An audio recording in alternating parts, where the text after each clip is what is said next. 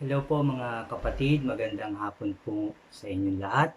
Magandang hapon at welcome po sa aking channel. At nandito na naman po ako ngayong hapon para po mag-share na naman sa inyo ng aking devotion. Dito po ang aking devotion ngayon sa Acts or sa Tagalog ay Gawa. Dito sa chapter 6 hanggang chapter 7 po ang aking isi-share sa inyo mga kapatid. At bago po tayo magsimula ulit, tayo po ay mananalangin. Sige po, magsiyoko po tayo. Yes, Lord, aming Diyos na makapangyarihan sa lahat. Salamat na naman, Lord, sa binigay mong pagkakataon sa amin ngayong hapon na to upang makarinig, makapagbasa, at ako'y makapag-share na naman ng inyong mga salita, Father God. Lord, buksan mo po ang aming mga puso't isipan upang ang lahat ng aming maririnig, mababasa at mapapag-aralan na iyong mga salita, Lord, ay maisa puso't isipan namin at lalong-lalo na, Father God, maisa buhay ng bawat isa sa amin, Father God. Lord, gabayan mo po ako, turuan at nang puro salita mo lamang, Lord, ang lumabas sa aking bibig, Father God. Salamat pong muli, Lord, sa pagkakataong ito at inaangkin na namin, Lord, ang katagumpayan ng aming gawain ito. Thank you, Lord. Thank you, Jesus. Thank you, Holy Spirit. Pinupuri ka namin at pinasasalamatan sa tanging pangalan ng aming Panginoong Hesukristo.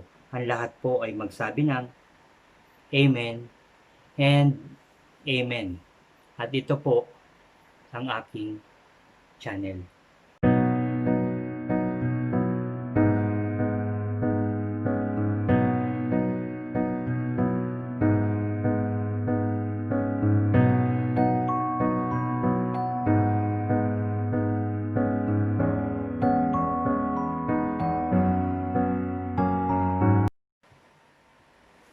Hello po ulit mga kapatid at nandito nga po ako ulit para mag-share sa inyo ng aking devotion dito sa Gawa chapter 6 hanggang chapter 7. Pero bago po tayo mag-umpisa, anyayahan ko muna yung mga bago po sa aking channel na huwag niyo pong kalimutan mag-subscribe, i-like niyo po yung ating mga videos, yung ating mga napapag-aralan dito sa aking channel at paki-share nyo rin po mga kapatid sa inyong mga mahal sa buhay, kaibigan, kapitbahay, upang sila rin ay makarinig din ng mga salita ng ating Diyos, makabahagi sa pagpapala na ibinibigay sa atin ng ating Diyos sa pamamagitan ng kanyang mga salita. Mag-subscribe po, paki-like po, at paki-share at paki-click na rin po yung notification bell para updated po kayo sa iba ko pang i-upload ng mga videos. Salamat po muli mga kapatid. So, andito nga po tayo sa gawa, bago ko po umpisahan yung chapter 6 hanggang 7, basahin ko po muna sa inyo itong maikling panimula nito. Sabi dito, ang mga gawa ng mga apostol. Sabi po dito sa panimula, ang aklat na ito ay karugtong ng magandang balita ayon kay Lucas. Ang pangunahing layunin ng aklat na ito ay ilahad kung paano pinalaganap ng mga unang tagasunod ni Jesus ang magandang balita sa Jerusalem, sa buong Judea at sa Samaria at hanggang sa dulo ng daigdig. Ito ang kasaysayan ng pananampalatayang Kristiyano na nagsimula sa bansang Hudyo hanggang sa naging isang pananampalatayang lumaganap sa buong daigdig, mga kapatid. Sinikap ding ipakita ng may akda na ang bagong pananampalatayang ito ay hindi isang pampulitikang samahan na naghihimagsik laban sa imperyong Romano, kundi ito ay katuparan ng relihiyon ng mga Hudyo, sabi po dito. At punta na po tayo sa aking isi-share sa inyo mga kapatid dito sa 6 hanggang chapter 6 hanggang chapter 7 po mga kapatid. Sabi po sa pamagat sa 6, ang pagpili sa 7 tagapaglingkod. Bisahan na po natin. Sabi po dito, chapter 6 verse 1 po, patuloy ang pagdami ng mga mananampalataya at dumating ang panahong nagreklamo ang mga Hellenista laban sa mga Hebreo. Sinabi nilang ang mga byuda sa pangkat nila ay napabayaan. Kumbaga sinabi nila ang mga byuda raw sa kanilang pangkat ay napabayaan na, no? Sa pang-araw-araw na pamamahagi ng ikabubuhay. Kaya tinipon ng 12 ang buong kapulungan, mga mananampalataya, at sinabi sa kanila, sabi dito, hindi naman dapat pabayaan ang pangangaral ng salita ng Diyos upang mga siwa sa pamamahagi ng ikabubuhay. Kaya mga kapatid, pumili kayo sa mga kasama ninyo ng 7 lalaking iginagalang, puspos ng espiritu at matalino upang ilagay namin sila sa tungkuling ito. Kumbaga, hindi naman daw kailangan na habang naghahayag ay mapabayaan na yung ibang ginagawa, or ang ibang ginagawa ay mapabayaan ng pag-share o paghahayag ng salita ng ating Diyos. Kaya sila gumawa ng paraan at pumili sila ng 7, sabi dito yung 7 lalaking ginagalang, puspos ng espiritu at patatalino upang ilagay namin sila sa tungkuling ito. Samantala, iukol naman namin ang aming panahon sa pananalangin at sa pangangaral ng salita. No? Dito pa lang sa umpisa, mga kapatid, may matututunan na tayo. Ano po?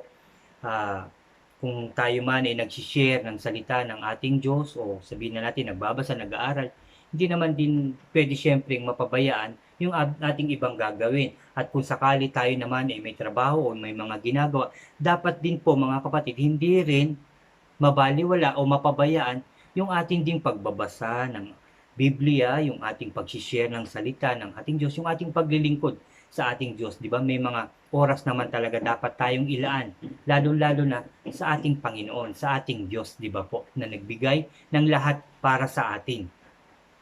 Sabi dito sa verse 5 po, ganun pa rin sa 6, nalugod ang buong kapulungan sa panukalang ito, kaya't pinili nila si Esteban, isang lalaking lubusang nananampalataya sa Diyos at puspos ng Espiritu Santo, at sina Felipe, Procoro, Nicanor, Timon, Parmenas, at si Nicolas na taga Antioquia, isang hentil na nahingkayat sa pananampalataya ng mga Hudyo.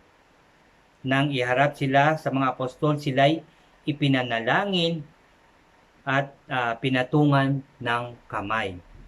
Patuloy na lumaganap ang salita ng Diyos, at ang mga sumampalataya ay parami ng parami sa Jerusalem, maging sa mga paring Hudyo ay marami ring sumampalataya. Ano po, dumami ng dumami. Kahit noon ng mga unang panahon, yung mga paring Hudyo talagang tinutuligsa, kinukontra, kinakalaban ang mga mananampalataya, pati ng ating Panginoong Kristo, di ba? Ang kanya mga apostol. Pero dito, sabi dito sa Aklat ng Gawa ay marami nang nahingkayat o marami nang sumampalataya, mga kapatid. Tapos sabi sa verse 8, may pamagat po ito, mga kapatid, ang pagdakip kay Esteban, yung ang pinili sa 7 na matalino, puspos ng espiritu, mga kapatid. Pinagpala ng Diyos si Esteban at pinagkalooban ng kapangyarihan, kaya't nakagawa siya ng maraming kababalaghan at himala sa harapan ng madla. Minsan, nakipagtalo sa kanya ang ilang kasapi ng sinagoga ng mga pinalaya na binubuo ng mga Hudyong taga Cyrene, Alejandria, Cilicia at Asia. Ngunit wala silang nagawa sa karunungang kaloob ng Espiritu kay Esteban. Marami nakipagtalo, nakipaglaban, salitaan, pahayagan, sila. At walang nagawa sa kanila, walang nagawa kay Esteban dahil nga sa karunungang kaloob ng Espiritu, mga kapatid. Kaya lihim nilang sinulsulan ng ilang lalaki na magpatotoo laban sa kanya ng ganito. Mga kapatid, pakinggan nyo to. Ulitin ko lang, verse 11 ng chapter 6. Kaya lihim nilang sinulsulan ang ilang lalaki na magpatotoo laban sa kanya ng ganito. Narinig naming nilalait niya si Moses at ang Diyos. Sa gayon, naudyukan nilang magalit kay Esteban ang mga tao, ang mga pinuno ng bayan at ang mga tagapagturo ng kautusan. Siya ay sinunggaban mga kapatid nila at dinala sa Sinedrin. Kumbaga mga kapatid, ginawan siya ng paraan. Ginawa siyang sinungaling, siniraan siya mga kapatid. Ano? Biro mo sa pamamagitan ng paghayag niya ng magandang balita sa mga tao upang sila rin ay maligtas. Ano mga kapatid, pero ginawa pa rin siya at siniraan pa rin siya mga kapatid. Kagaya rin ng ginawa noon sa ating Panginoong Jesucristo, di ba mga kapatid?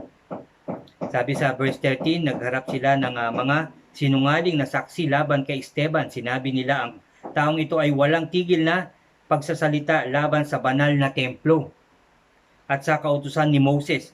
Narinig naming sinabi niya ang templo raw ay gigibain nitong si Jesus na taga Nazaret at papalitan ang mga kaugaliang ipinamana sa atin ni Moses.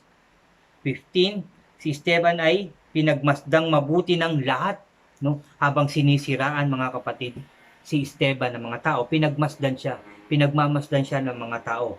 Nakaupo sa Sanhedrin at nakita nila na ang kanyang mukha ay parang mukha ng anghel, mga kapatid, no? Ulitin ko lang, habang siya ay nakaupo sa Sanhedrin, nakita nila ang kanyang mukha ay parang mukha ng anghel, mga kapatid. Chapter 7 po tayo.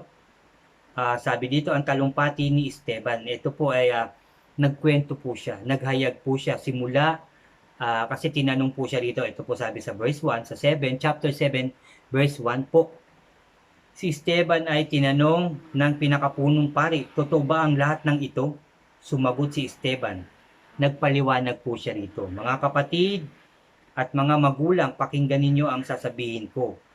Sabi niya, ang dakila at makapangyarihan Diyos ay nagpakita sa ating ninunong si Abraham. Kumbaga mga kapatid, dito po sa 7, kung mababasa niyo po ito po ay nagpahayag siya. Ikwinento niya yung tungkol kay Abraham na nung magpakita ang ating Diyos kay Abraham, sa isang puno na nagliyab, di ba po mga kapatid, kung yun ay inyong matatandaan, nakipag-usap ang ating Diyos kay Abraham at sinabi pa nga kay Abraham na tanggalin mo ang iyong sandalyas dahil ito ay banal, no? Itong lugar na to ay banal, sinabing ganyan. At kwento pa niya dito ang tungkol sa naging anak na si Isaac hanggang kay Jacob.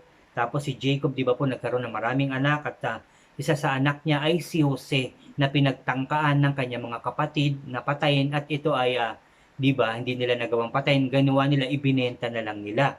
At si Jose ay lumaki at kinupkup ng isang mayaman sa lugar na yon, at may katungkulan, mataas na katungkulan, at siya ay yumaman din at katagalan nagkaroon ng taggutom sa lugar, sa lahat ng bansa nagkaroon mga kapatid ng taggutom at isang araw ay dumalo sa kanya ang mga kapatid niya at nakilala niya. Di ba nga po, sabi po dun sa kwentong yun na pinadala niya ng mga pagkain at binigyan pa ng pera at gusto niyang makita yung ama at makilala yung kanilang bunsong anak. Kapatid, mga kapatid. Tapos ayun nga, hanggang sa dinala yun doon kay Jose at nagsama-sama po sila. Yun po ang kwento dito. Tapos nagkwento rin siya tungkol kay Moses, mga kapatid. Kumbaga, isinalaysay niya lahat dito habang siya ay pinararatangan ng mga taong yon sa kabila ng paghahayag niya ng salita ng ating Diyos, ng magandang balita, sa pamamagitan nun ay ginawa pa rin siyang sinungaling, masama, ganun pa rin ang ginawa. Kaya siya ay sinakdal, hinarap sa Sanhedrin, at pinaupo. Yun nga po. Tapos sabi po dito sa 23, chapter 7, verse 23 po, nang si Moses ay 40 taon na, ito po yung kwento niya rin to tungkol kay Moses, nagpasya siya nga dalawin ang kanyang mga kababayan, Israelita, upang tignan ang kanilang kalagayan. Nakita nila nga inaapi ng ito po yung yung nandun na siya sa kaharian, si Moses, malaki na po. Sinabi po dito, 4 na po ito. Tapos may pinagtanggol siya, napatay ng mga kapatid. At tapos may nakakilala sa kanya, sabi doon sa nag-aaway, bakit ka nakikialam? Gusto mo rin ba akong patayin na kagaya ng ginawa mo? So, ang ginawa dito ni Moses, di ba po, kung natatandaan nyo rin, siya po ay umalis, no? Lumayo po siya. At sabi pa dito, pagkalipas ang 40 taon, samantalang si Moses ay nasa ilang na di kalayuan sa bundok ng Sinai, nagpakita sa kanya ang isang anghel sa isang nagliliyab na matabang punong kahoy, no? To, ikwinento rin niya yung tungkol kay Moses, mga kapatid. Nagpatuloy siya sa kanyang pagsasalita. Sabi pa dito sa chapter 7, verse 39, ngunit hindi siya sinunod ng ating mga ninuno. Sa halip siya'y kanilang itinakwil at mas gusto pa nilang magbalik sa Ehipto. Di ba po? Dahil nga po inalis sila sa Ehipto dahil matindi yung ginagawa. No? At sinabi kay Moses na palayain mo, dalin mo ang aking mga aking mga tao, ano, at iligtas, 'di ba, sa paghihirap na dinaranas. Yun nga po, pero yun nga sabi dito, ngunit hindi siya sinunod ng ating mga ninuno sa mga ating mga ninuno, sa halip siya ay kanilang itinakwil at mas gusto pa nilang magbalik sa Ehipto. Sinabi pa nila kay Aaron, igawa mo kami, ito yung sinabi, no, mga kapatid, na igawa mo kami ng rebulto sa pamamagitan ng ginto upang yun daw ang sambahin, yung guya na sinasabi dito, mga kapatid, di ba? Kung natatandaan niyo yon. Sabi pa sa verse 41, at gumawa nga sila ng isang Diyos-Diyosang kahawig ng guya.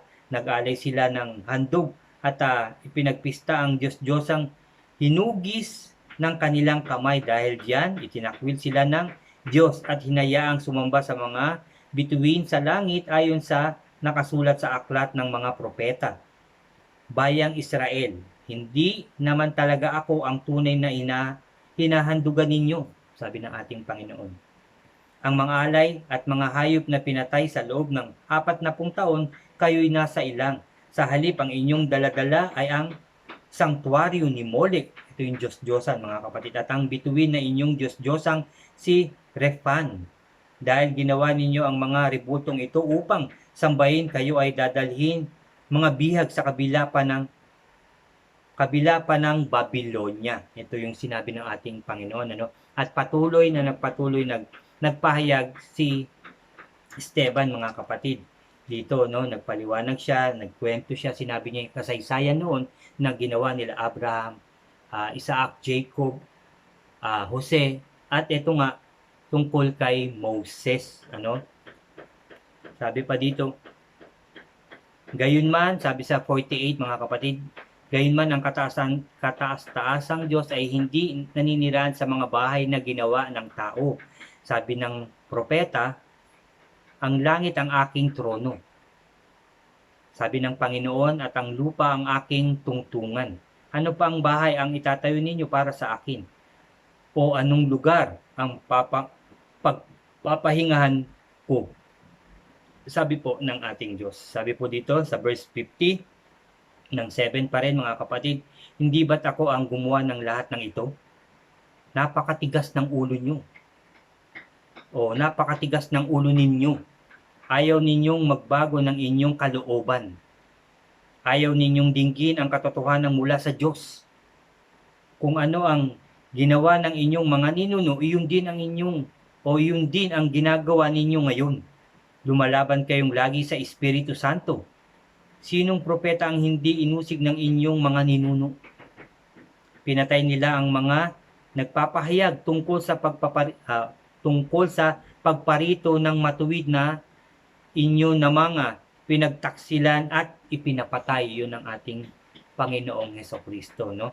Tinanggap ninyo ang kautosang binigay ng Diyos sa pamamagitan ng mga anghel. Ngunit, hindi naman ninyo ito sinunod. No, mga kapatid, kumbaga, yung salita ng ating Diyos na pinahayag noon ng mga propeta, no, na binigay ng mga anghel at ng Espiritu, tinanggap ng mga tao, ngunit hindi naman sinunod. Parang tayo din, mga kapatid, hindi ko naman din nilalahat, mga kapatid. Merong kagaya nito, tayo may sharing, may napapanood tayo, may nababasa tayo, may mga preaching na nagsasabi, o naghahayag ng salita ng ating Diyos na pinapakinggan natin. Pero ang iba, pasok dito, labas dito mga kapatid. Or nanonood lang pero hindi talagang tinatanggap, pinanonood at pinapakinggan lang. Pero yun ay hindi isinasa puso mga kapatid. May mga ganoong tao, ano? Hindi ko naman inilalat at sigurado ko, hindi po kayo yun, hindi po tayo yun. Ulitin ko lang mga kapatid dahil napakaganda nitong sinabi sa chapter 7 verse 50. Hindi ba't ako ang gumawa ng lahat ng ito? Napakatigas ng ulo ninyo, ayaw ninyong magbago ng inyong kalooban, ayaw ninyong dinggin ang katotohanan mula sa Diyos.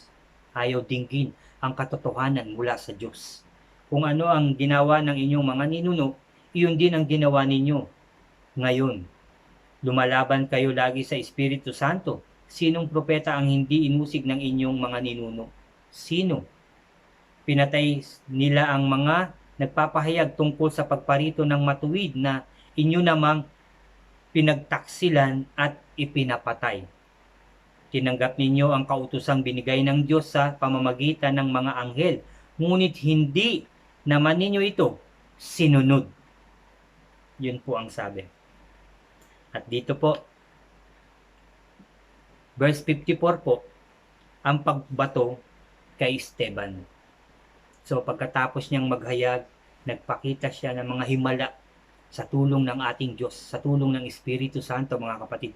Naghayag siya ng napakagandang mga mabubuting salita, makapangyarihang mga salita ng ating Diyos.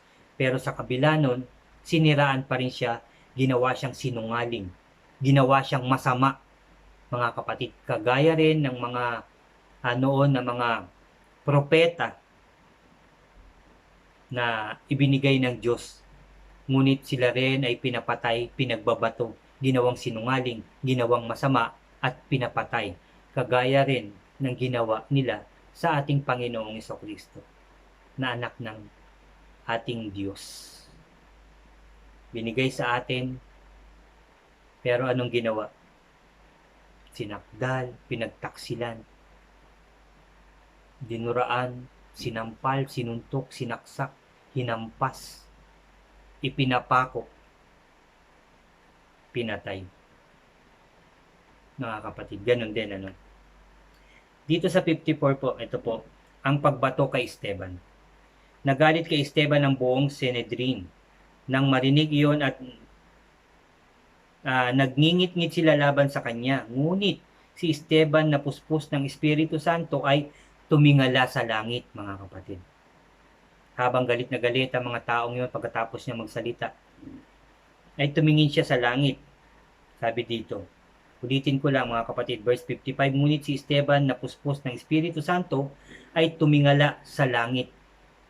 At nakita niya ang kaluwalhatian ng Diyos at si Jesus na nakatayo sa kanan ng Diyos.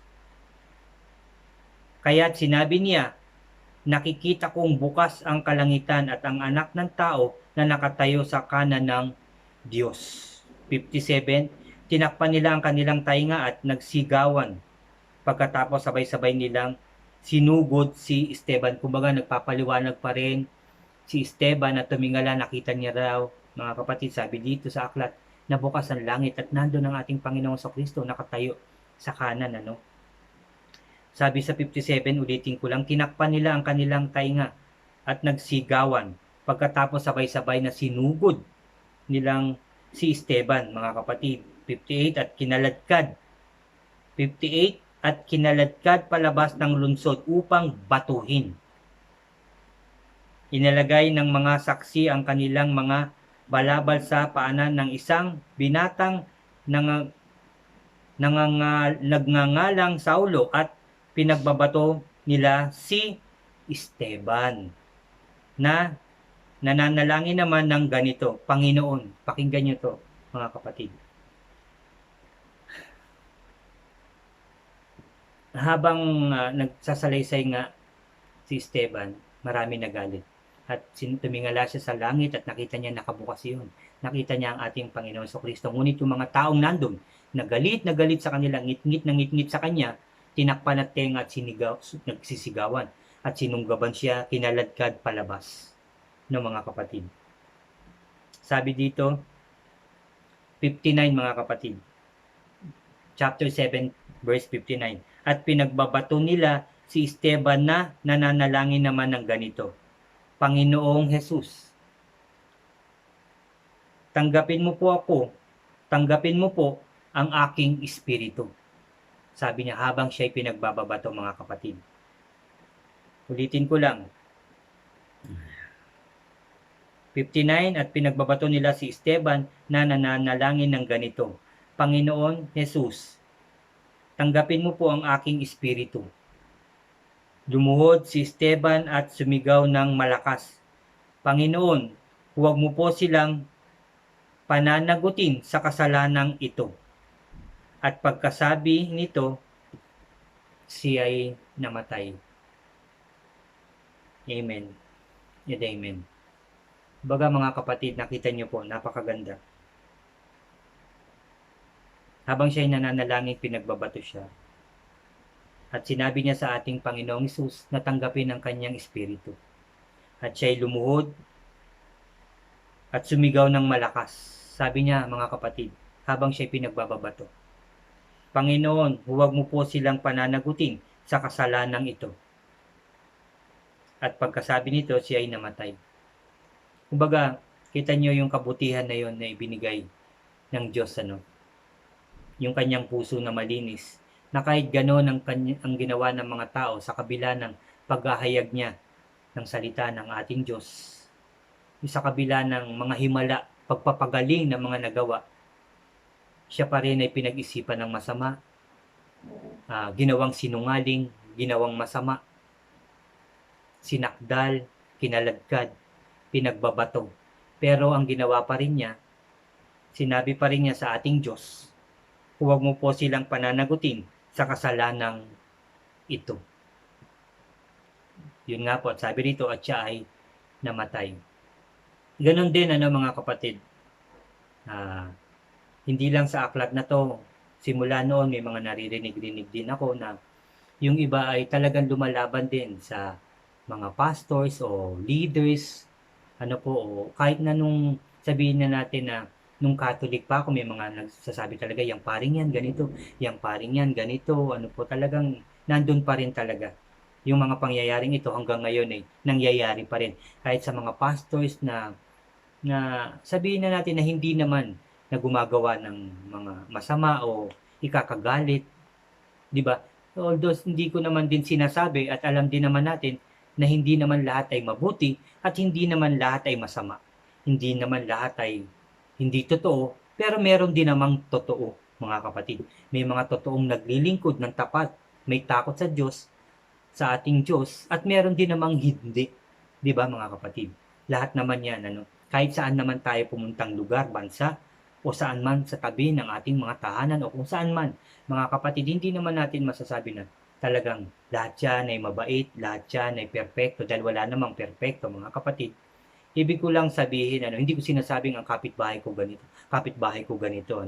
Kasi syempre, hindi naman natin sila lubusan din kilala, pero sa akin, okay naman ang aking mga kapitbahay.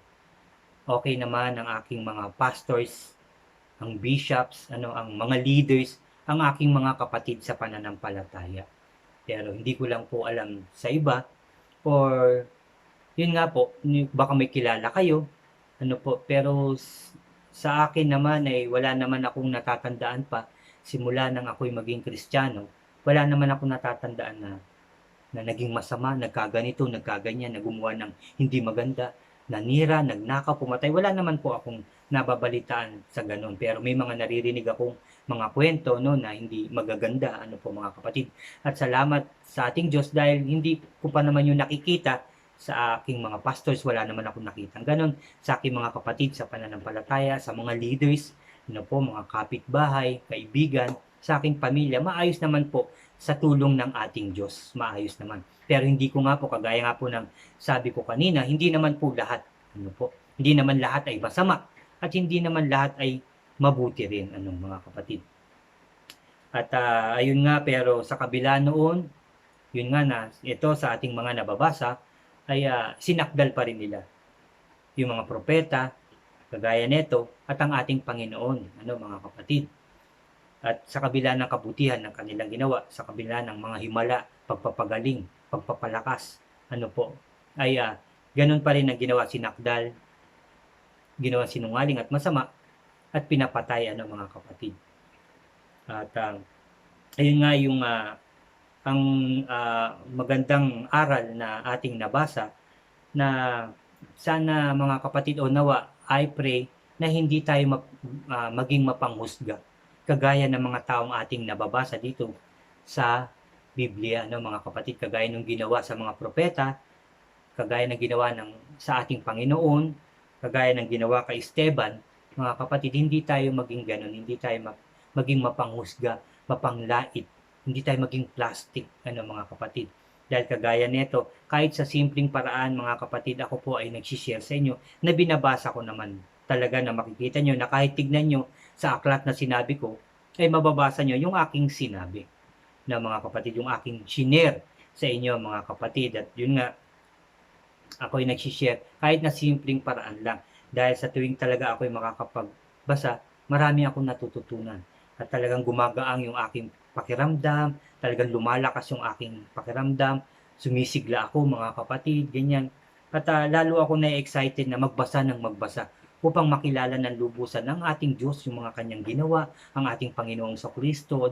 Nawa, mga kapatid, kayo rin ay maging excited na laging magbasa ng salita ng ating Diyos. At dumating din ang time na kayo rin ay mag-share kahit sa simpleng paraan, kagaya din ng sinabi ko noon, na pwede naman yun kahit sa i-chat nyo lang, i-text nyo lang, i-message nyo lang, or kayo-kayo lang muna sa isang family, sa iyong mga anak, magulang, kapatid, mga ganyan, pamangkin, mga ganyan, mga kapatid.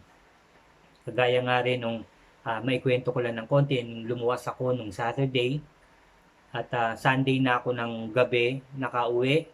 Pero yun nga po, talagang pasalamat ako sa Diyos kasi binigyan niya pa ako ng chance na makapag-share bago ako umuwi sa aking mga kapatid, sa aking mga pamangkin, at sa aking bayaw. Nakinig sila ng salita ng ating Diyos. Talagang tuwan-tuwa po ako at masayang masaya ako. Pasalamat ako sa ating Diyos dahil binigyan niya ako ng chance na sila'y masyaran ko rin ang salita ng ating Diyos. Pinanalangin ko rin po sila. Talagang pasalamat po ako sa ating Diyos. Nawa kayo din, mga kapatid, ay sharean nyo rin sila ng salita ng ating Diyos, ang inyong mga mahal sa buhay, kasi panalangin nyo rin po sila.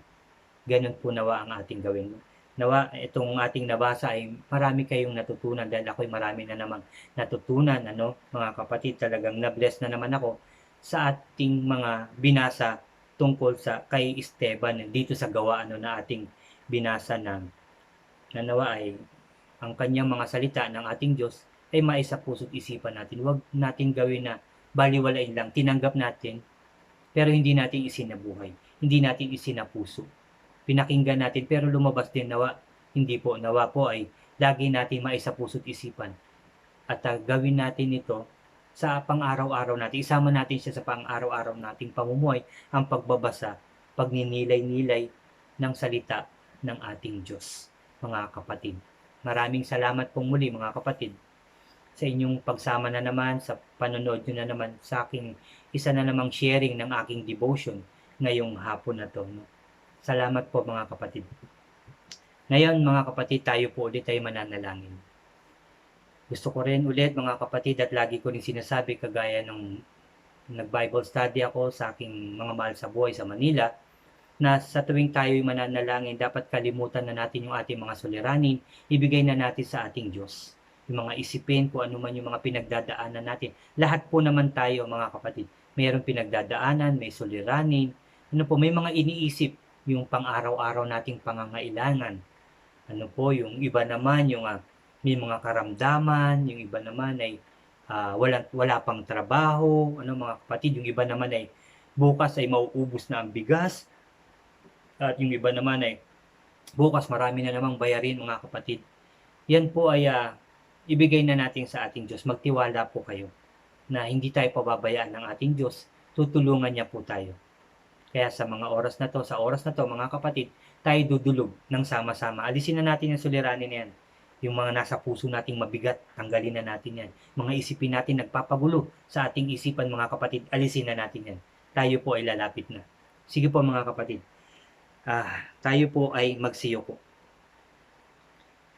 Yes, Lord, Father God in heaven, aming Diyos na makapangyarihan sa lahat, aming Diyos na may gawa ng langit at lupa at nagbigay ng lahat simula nung kami isilang hanggang ngayon, Father God, na nagbigay ng kung anong meron kami ngayon.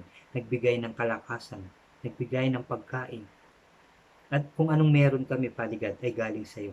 Salamat sa kalakasan, kaligtasan na lagi mo pong ipinagkakalob sa amin. Salamat din, Lord, sa kagalingan na ipagkakalob mo sa lahat ng may karamdaman sa mga oras na to, Father God. Iyong pagagalingin na, kiniklaim na namin, nire-receive na namin ang kagalingan na ipagkakalob mo sa lahat ng may karamdaman, sa lahat ng klaseng karamdaman, Father God, ay iyong pinagaling na. In Jesus' name, Father God. In Jesus' name, Father God. Lord, ganun din ang mga nagugutom. Iyong bibiyayaan muli, pakakainin, pagtatagumpayin, O God. Ang mga nalulungkot ay iyong pasasayahin, Lord. At ang lahat na may suliranin ngayon dahil sa pandemic na to, ay iyong aayusin na, tutulungan na, Father God, at lalong-lalo na aalisin ang virus na yan at kung ano pa yung mga sinasabing darating at merong virus, Lord. Hindi mo na yan papayagan. Aalisin mo na yan, Father God. In Jesus' name, Father God. In Jesus' name. Dahil kami ay totoong lumalapit sa iyo na galing sa aming puso at kaluluwa. Father God, na kami dumudulog, lumalapit, nagtitiwala sa iyo, Father God. Dahil ikaw lamang ang aming Diyos. Wala nang iba, Father God. Wala nang iba. Ikaw lamang ang makakatulong, makakapagbigay ng lahat ng aming pangangailangan. Dahil, Lord, walang imposible sa iyo. Ikaw ay Diyos na makapangyarihan, O God. Ikaw ay Diyos na mapagmahal. Hindi nagbabago ang iyong pagmamahal sa bawat isa. Father God, we pray, and I pray, Father God, hipuin mo rin ang mga taong hindi pa lubusang nakakakilala sa iyo. Hipuin mo rin sila na sila rin ay lumapit sa iyo. Tawagin mo rin sila, Father God, kagaya ng pagtawag mo sa akin, kagaya ng pagtawag mo sa mga taong nakikinig ngayong mga oras na to, sa mga totoong pastors na naglilingkod sa iyo, sa mga bishop na totoong naglilingkod sa iyo, naghahayag ng salita sa mga leaders, sa aming mga kapatid sa pananampalataya na totoong naglilingkod sa iyo. Father God, nawa lahat ng tao, hipuin mo upang sila rin ay lumapit sa iyo. Tawagin mo rin sila. Lord, lumapit sa iyo, manalangin, magtiwala, Father God, upang sila rin ay makabahagi ng pagpapala na ibinibigay mo sa amin lahat, Lord. Sa amin, sa akin, at sa aking pamilya. Salamat, Lord, dahil alam ko na pinapakinggan mo po ang aming mga panalangin ngayong oras na to, Father God. Salamat, Lord, dahil muli mo kaming nilinaw. Salamat, Lord, alam ko, Lord, na nakikinig ka ngayon, na nakatingin ka sa aming mga nananalangin at mananalangin pa, iring pakikinggan, Father God. Salamat, Lord. Salamat, Lord. Salamat, Lord. Salamat, Lord. Tunay nga ang iyong kabutihan at pagmamahal sa bawat isang totoong nagbabalik loob sa iyo, totoong nagsisisi, totoong